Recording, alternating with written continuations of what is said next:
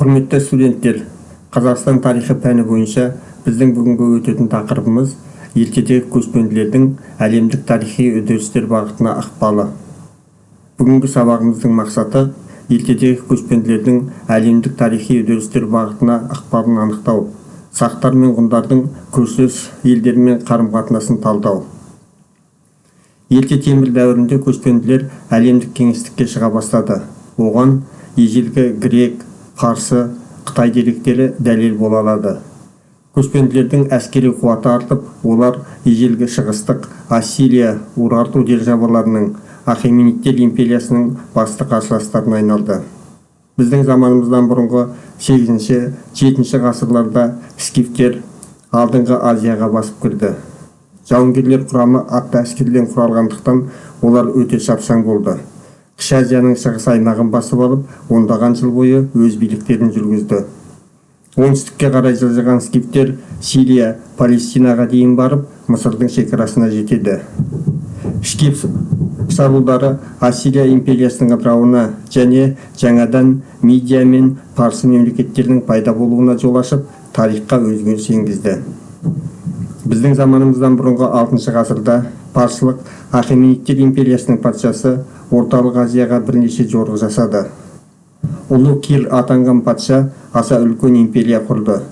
Мидияны қиратып, Лидия мен Иранның батысындағы Вавилонды басып алған оның әскері шығысқа бет түзеп, біздің заманымыздан бұрынғы 539 жылы Үндістанның шекарасына дейінгі жердің бәрін жаулап алады. Ұлы Кир Орталық Азияның отырықшы егіншіл аймағы Маргиана, Соғды, Бактрия сияқты жерлерді басып алып, оларды өз империясына бағынышты аймақ етеді. Сонымен қатар ол сақтарға қарсы бірнеше жорық ұйымдастырады. Кир біздің заманымыздан бұрынғы 530 жылы шығысқа массагеттерге қарсы жорыққа шығады. Геродоттың баяндауынша, осы жорықтан Кир қайтып оралмаған.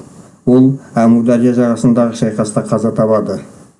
Кир қаза тапқан соң, оның империясы ыдырай бастайды. Шет аймақтардағы бағынышты елдер еркіндік алып, империя қазынасына салық төлеуден бас тартады. Кирдің ізбасары бірінші Дарий бүлік шығарғандарды аяусыз жазалап, империяны қайта құруды қолға алады. Ол Маргианадағы бүлікшілерді бағындырған соң, біздің заманымыздан бұрынғы 519 жылы Сақ-Тигра хаудаларға шабуыл жасап, олардың көсемі Схум ханы тұтқынға түсіреді. Бұл туралы Чартасқа Бекеспендік жазба жазып қалдырады. Сақтардың грек парсы соғыстарына қатысқаны туралы көптеген деректер бар.